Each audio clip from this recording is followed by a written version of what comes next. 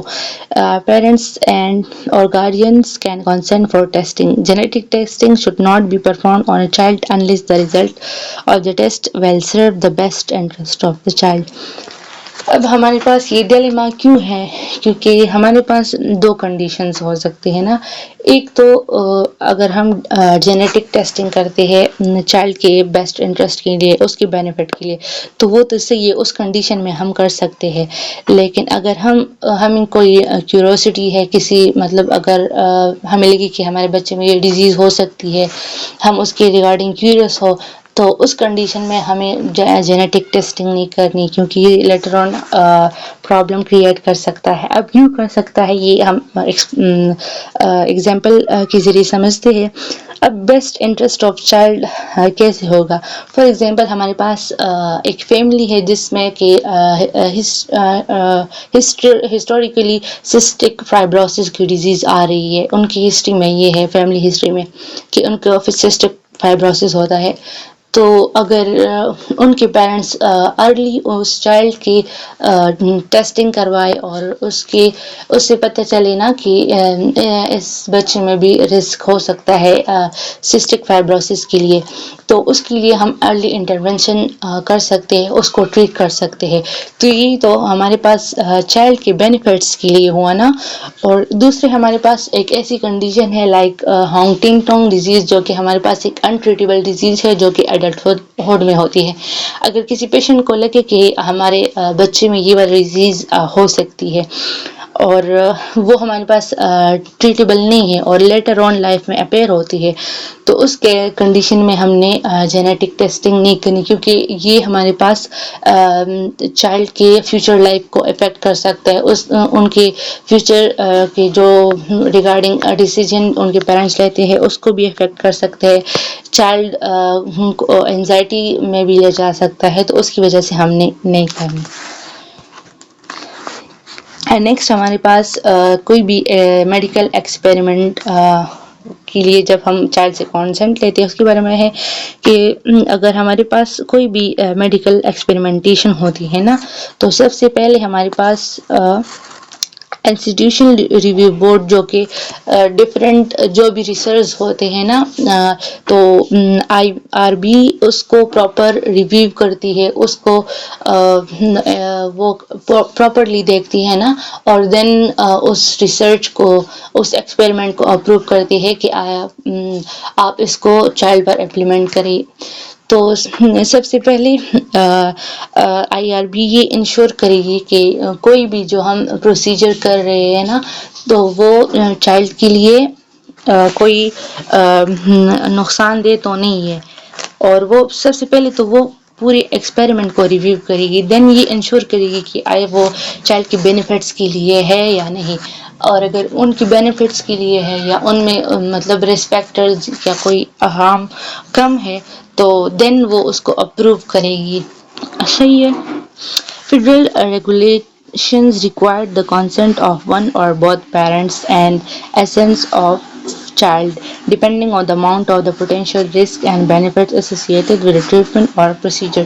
تو ایک بھی پیرنٹ سے ہم کانسینٹ لے سکتے ہیں اور دونوں پیرنٹس کو بھی ہم انوالو کر سکتے ہیں، ان سے کانسینٹ لے سکتے ہیں. نیکسٹ ہمارے پاس ہے کانفیڈینشیلٹی. سو پی این سی کی رولس کے اکارڈنگ ہر ایک پیشنٹ کا یہ رائٹ ہے کہ اس نے جو بھی ہیلتھ کے ریلیٹڈ جو بھی ہسٹری بتائی گئی ہے یا جو بھی ان کے ساتھ ان کی لیگل ڈاکومنٹیشن ہے نا، ان کا یہ رائٹ ہے کہ انہیں کانفیڈینشیل رکھا جائے، ان کو پروٹیکٹ کیا جائے ایتھیکل کوڈ آف کنڈکٹس کے ذریعے، ان کو بریچ نہ کیا جائے. Confidentiality is essential part of relationship between the client and healthcare provider. So یہ ایک essential part ہے. اگر ہم confidentiality کو بریچ کریں تو ہمارا پراپر جو ٹرسٹ ڈیولپمنٹ ہوتی ہے پیشنٹ کے ساتھ وہ نہیں ہو پاتی. Nurse has the duty of confidentiality disciplined by both employer and PNC. Next ہمارے پاس ہے when a minor can receive confidential care. So ایسی کون سی کنڈیشن ہوتی ہے جس میں کہ مائنر کو کانفیڈینشیل کیئر پرووائڈ کرنا ہے، مینس جو بھی وہ ہمیں ہسٹری بتائی یا جو بھی ہمیں پروسیجر کرنا ہو وہ ہم کسی دوسرے کے ساتھ شیئر نہ کریں. سو کانٹراسیپشن کے کیس میں، treatment of S T Ds sexually transmitted diseases کی کیس میں ہم نے سارا کچھ کانفیڈینشیل رکھنا ہے. وہی بات جو میں نے اوپر ایکسپلین کر لی کہ ابیوز کا رسک ہو سکتا ہے، ٹرسٹ ڈیولپمنٹ نہیں ہوگی، اس کی وجہ سے ہم کانفیڈینشیل کیئر پرووائڈ کریں گے. اس طرح ڈرگ اور الکوہل ٹریٹمنٹ کے کیس میں بھی، مینٹل ہیلتھ کیئر کے بارے میں بھی، کیونکہ اگر ایسے مینٹل ڈس آرڈرس ہو سکتے ہیں، اگر ہم اس کو کانفیڈینشیل نہ رکھیں تو چائلڈ پھر ہم پر ٹرسٹ ڈیولپ نہیں کرے گا، اور اگر ہم کسی دوسرے بندے کو بتائیں تو اس کے ذریعے اس کو ٹیز بھی کر سکتا ہے، کیونکہ ڈفرینٹ ایسے مینٹل ڈس آرڈرز ہو سکتے ہیں جو کہ ہر ایک بندہ دوسرے سے چھپانا چاہتا ہے اگر کسی بندے میں موجود ہوں. ایچ آئی وی ٹیسٹنگ کے ریلیٹڈ بھی ہم نے کانفیڈینشیلی ان کو کیئر پرووائڈ کرنی ہے. When health care provider can breach confidentiality. So اوپر تو ہمارے پاس یہ تھا کہ کون سی کنڈیشن میں ہم نے کانفیڈینشیلٹی مینٹین کرنی ہے مائنر کے کیس میں. اب یہ ہے ہمارے پاس کہ کون سی ایسی کنڈیشن ہوں گی جس میں ہم بریچ کر سکتے ہیں کانفیڈینشیلٹی کو. تو سب سے پہلے ہمارے پاس mandatory reporting laws for child abuse.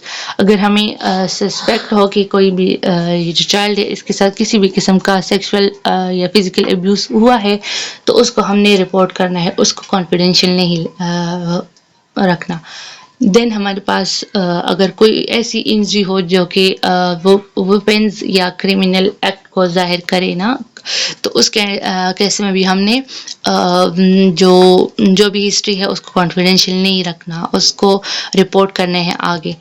Next ہمارے پاس public health law that require reporting infectious disease. اگر کوئی بھی انفیکشس ڈیزیز کے کیس آ رہے ہیں ہمارے پاس تو اس کو بھی ہم دے سکتے ہیں، مطلب لوکل ہیلتھ ڈپارٹمنٹ کو، کیونکہ وہ اسیس کرے گی اور دین وہ اس کے ذریعے کیا کرے گی، ڈفرینٹ جو کمیونٹی کے کو رسک ہو سکتا ہے، کیونکہ انفیکشس ڈیزیز ہے نا تو ڈفرینٹ کمیونٹیز اس سے افیکٹ ہو سکتی ہے.